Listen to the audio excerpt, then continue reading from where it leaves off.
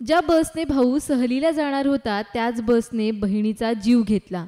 पण काळीज हेलावून टाकणाऱ्या घटनेनंतरही मृत मुलीच्या पालकांनी घेतलेला निर्णय सगळ्यांच्याच काळजाला हात घालून गेलाय.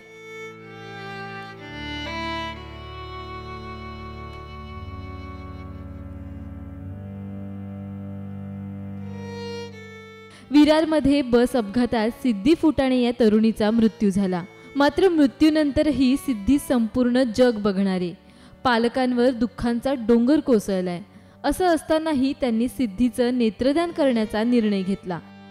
सिद्धी या जगात नसली तरी तिच्या डोळ्यांच्या रूपानं ती जिवंत राहून दृष्टीहीनांच्या आयुष्यात प्रकाश बनणारे.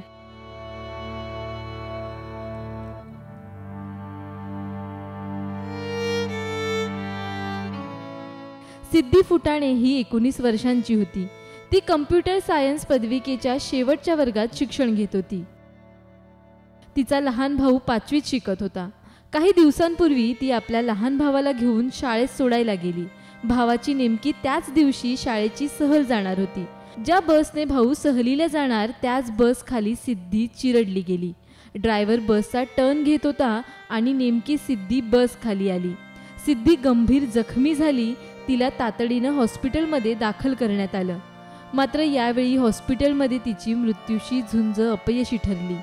तिच्या घरच्यांवर आता दुःखाचा भला मोठा डोंगर कोसळलाय.